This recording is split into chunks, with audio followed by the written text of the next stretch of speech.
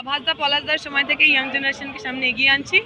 2011-এর পর থেকে আমাদের ওপরে আক্রমণ বেড়েছে, আমাদের চাকরি বাকরির ক্রাইসিস বেড়েছে, ফলে স্বাভাবিকভাবেই আমরা নেতৃত্বের অনেক বেশি করে উঠে এসেছি।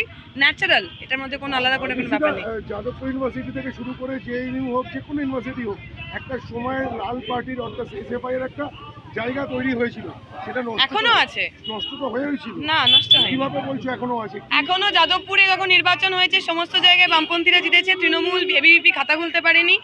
এইবার জেএনইউ নির্বাচনে অখিল ভারতীয় পরিষদ গোহারা হেরেছে, লেফটরা জিতেছে। জুনিয়র আজকে একটা পদও পেয়েছে।